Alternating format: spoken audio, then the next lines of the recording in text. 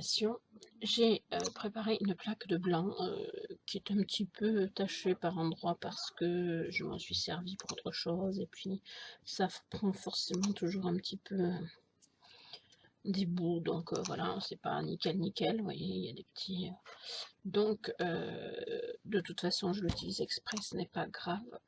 J'ai décidé de m'en servir en faisant avec de l'encre e-zinc. Donc on va procéder, je vais essayer, voilà, de faire quelque chose qui m'inspire. C'est pas celui-là, c'était celui-là que je me suis déjà servi, qui est tout dur. Voilà, alors je prends les encres e-zinc de mon choix et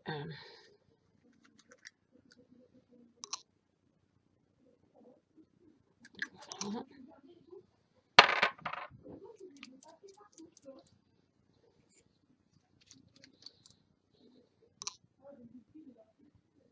Voilà. Et pourquoi pas celle-là. Hop, je secoue bien, c'est important.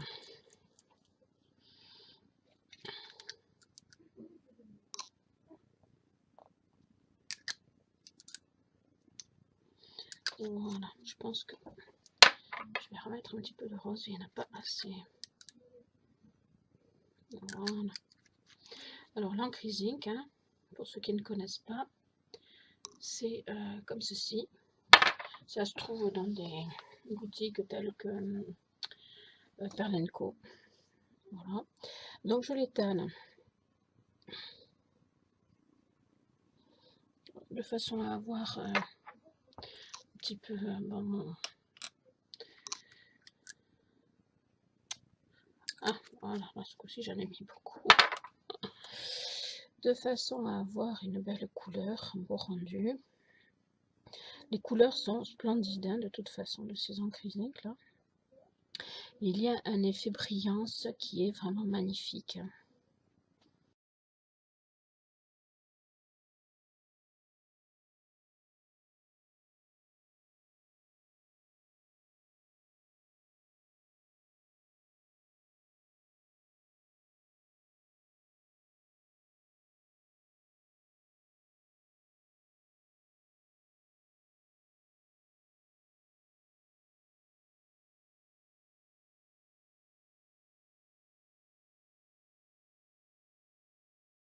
Donc je vais laisser sécher tout ça, et puis on se retrouve après, puisque le but c'est donc de procéder à la suite.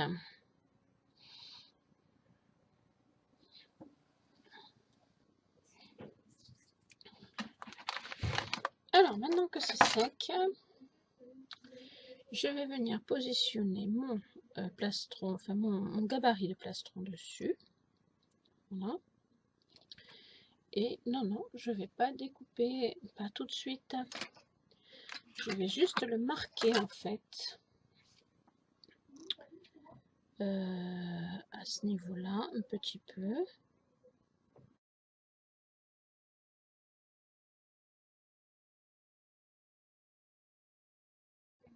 Donc une fois que j'ai marqué mon plastron à peu près, oui, on est d'accord. J'ai fait ma bafouille. François va être content. Donc je viens prendre mon tampon encreur et ce joli tampon que j'ai acheté sur Amazon, que j'ai dû payer environ 6 €. Honnêtement, c'est pas cher pour un tampon et il est super joli. Voilà, donc je viens l'imprégner d'encre. Bien sûr, je viens l'imprégner d'encre partout, c'est-à-dire que voilà. Voilà, j'espère l'avoir imprégné partout. Je vais avec une lingette, je vais nettoyer là où ça a débordé parce que je ne veux pas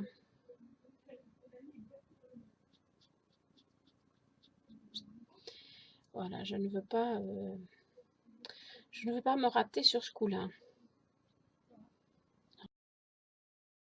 Et donc, je vais venir le positionner de façon à...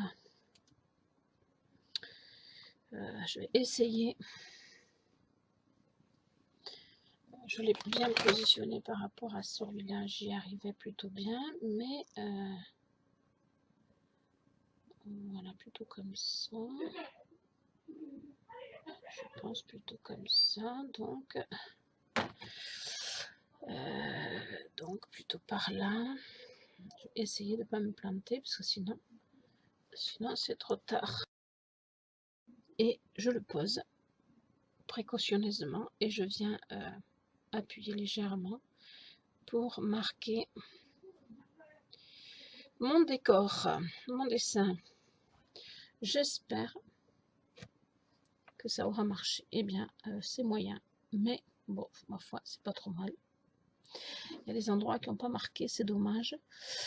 Mais il n'empêche que ça me plaît bien quand même, donc je vais le garder. Je vais le garder tel que, même si s'il n'est pas marqué partout, et c'est dommage. J'aurais préféré qu'il soit marqué partout, mais je ne vais pas tout recommencer. Donc, je vais le garder comme ça. Donc maintenant, je vais attendre que ça sèche un petit peu, l'encre noire. Et ensuite, je vais me préparer comment je vais y arriver. Ma pâte translucide, hein, pour mettre dessus. Je vais découper et donc je reviens vers vous pour découper et préparer le plastron. À savoir que j'hésite entre le découper en petits morceaux ou le laisser en entier parce que je le trouve très joli en entier aussi. Voilà, donc ça je le verrai après. Donc je vais laisser sécher ça et on se retrouve une fois que c'est sec et que j'ai mis donc une plaque de translucide dessus. Alors j'ai donc mis ma translucide. Il s'agit de la translucide Prémo de chez Sculpey. Alors on ne voit pas super bien au travers, mais on voit quand même. Donc j'espère que mon essai sera transformé. Vous verrez l'essai de mes translucides sur une vidéo pratique. Mais bien évidemment, je suis obligée de faire des essais. Et donc, ce sont mes créations qui vont en pâtir ou pas. Alors maintenant, je viens positionner à nouveau mon... je vais y arriver, mon gabarit.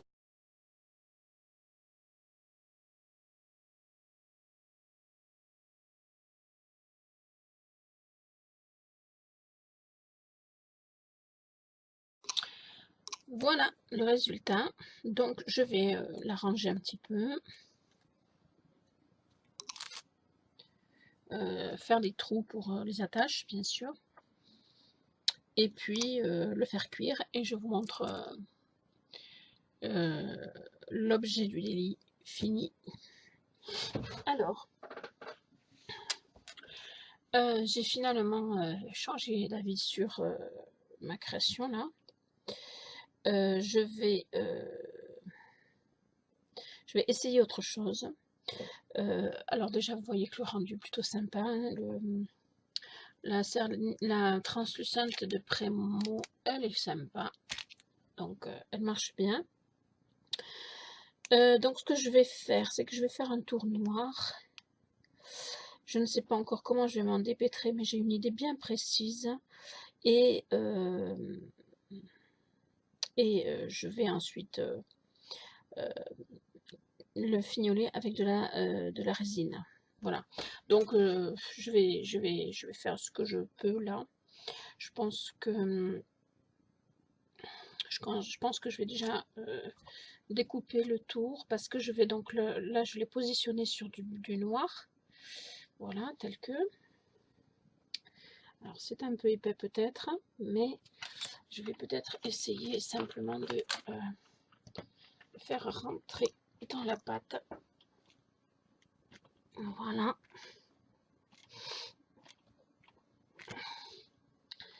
Voilà. Donc déjà comme ça ne bouge plus. Et puis ça s'incruste un petit peu dans la pâte noire. Alors ensuite, ce que je vais faire, c'est que je vais découper tout simplement. Hop. Alors, je vais faire par à coup, parce que sinon, si je fais tout d'un coup, je vais pas y arriver. Donc déjà, hop, comme ceci. Ensuite,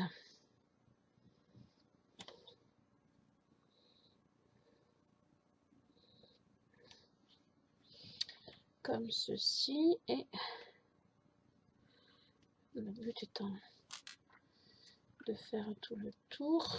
Celui-là est peut-être pas tout à fait. De toute façon, je finirai après avec un tour noir. Donc,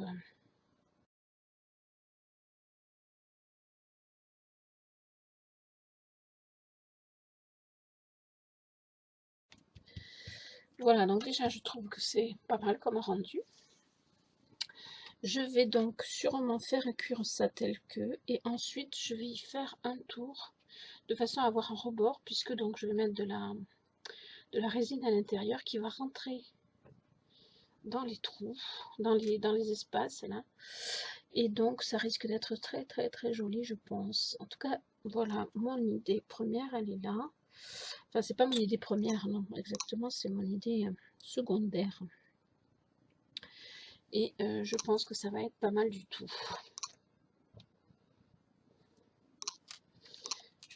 Je pense. Celui-là n'est pas tout à fait arrondi, celui-là, c'est dommage. Je suis pas toujours bien. Hop là. Voilà, donc j'arrange et puis je vais mettre en cuisson. Et ensuite, je ferai le tour. Donc, je vais vous montrer de cette manière en même temps comment on fait un tour seul. Donc, une fois que ceci est sec, enfin, est cuit quoi. Pas vraiment sec, mais cuit. Puisque, donc j'ai fait le dessous. Alors là, il y a des traces, mais ce n'est pas très très grave. Donc, il va y avoir une belle épaisseur. Pour l'instant, c'est vraiment moche quoi, c'est pas fini. Donc maintenant, je vais faire un tour. Je vais peut-être m'embêter un peu parce que faire le tour contre ici, là, c'est facile. Mais faire le tour dans le vide, ça va être un petit peu plus compliqué. Voilà, je vais faire tout mon tour. Et puis après, je vais faire recuire à nouveau. Donc, hein, c'est comme ça que je fais sur certaines pièces qui sont entières. Donc là, en l'occurrence, il y a des trous, mais ça devrait permettre d'avoir une pièce beaucoup plus finie, beaucoup plus jolie. Voilà. Donc, je sais pas ce que vous en pensez, mais moi déjà, je trouve ça super joli. Donc, alors voilà le résultat. Il y a encore des petites choses à améliorer à ce niveau-là, tout ça. Mais je le ferai après. Je penserai après. Je vais d'abord mettre la résine. Alors, j'ai décidé de mettre de la résine dans les creux, dans les espaces, mais de mettre de la résine noire. Donc, j'ai pris de la peinture vitrail noire. Black, ici c'est marqué. Voilà, si vous le voyez. Et je me suis préparé un petit fond de résine parce que pour aller plus vite. Donc j'ai pris la résine comme ceci. Voilà, j'ai des hauts cristal. Voilà, et donc je vais mettre de la peinture vitrail noire dans ma résine. J'espère que ça va fonctionner. Non, je ne vais pas utiliser ça parce que ça, j'en ai pour 2 heures. Sinon, je me suis acheté des petits bâtonnets d'esquimaux. Je trouvais ça à Action. Voilà, et ça sera plus rapide et plus efficace. Voilà, donc je vais mettre ma couleur dans ma résine.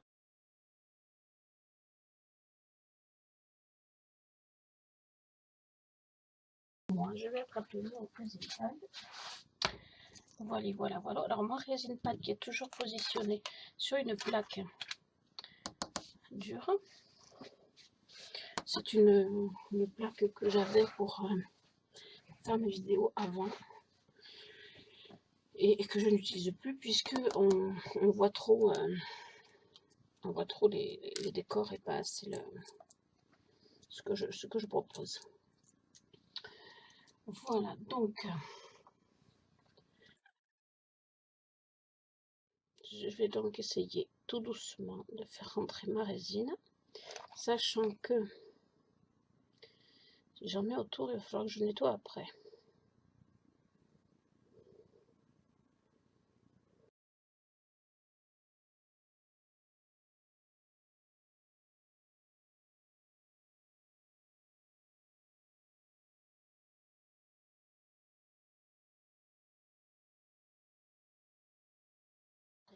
Voilà, donc je vais laisser sécher cette résine noire et ensuite je ferai une résine transparente et je vous montre le résultat final. Alors le résultat, le voici. Comme ça, de loin, ça a l'air sympa et c'est vraiment très joli, je l'avoue. Ce que j'adore surtout, c'est les encres zinc qui font des couleurs, alors vous voyez peut-être pas bien, qui font des couleurs vraiment splendides. Je pense que là, vous ne voyez pas l'effet tel qu'il est vraiment. Et c'est dommage. Par contre, ce que je n'aime pas dans mon plastron, ben, ce sont les bords qui sont pas finis, qui sont, voilà, qui sont enfoncés par endroits. Voilà, et je sais pas, alors c'est pour ça que je ne l'ai pas encore monté et que je ne l'ai pas fignolé, c'est parce que je ne sais pas encore comment m'y prendre pour enlever toutes ces irrégularités là qui sont dans la forme, quoi. Derrière, là, c'est pas un souci parce que ça, je peux l'arranger.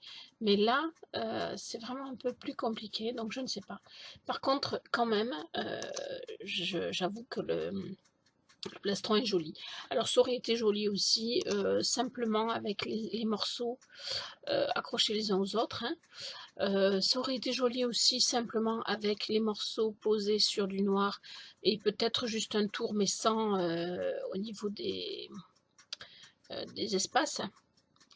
Et puis peut-être aussi avec un peu de résine ou pas du tout d'ailleurs. J'aurais pu aussi, du fait que j'ai mis de la résine, et ça j'y ai pensé qu'après, m'éviter de mettre de la translucide, mais ce n'est pas grave parce que ça me permet de voir que la translucide de Sculpey donc que j'ai utilisé est vraiment sympa puisque ça fait vraiment ressortir toutes les couleurs, le tampon, tout ressort bien, donc c'est vraiment joli.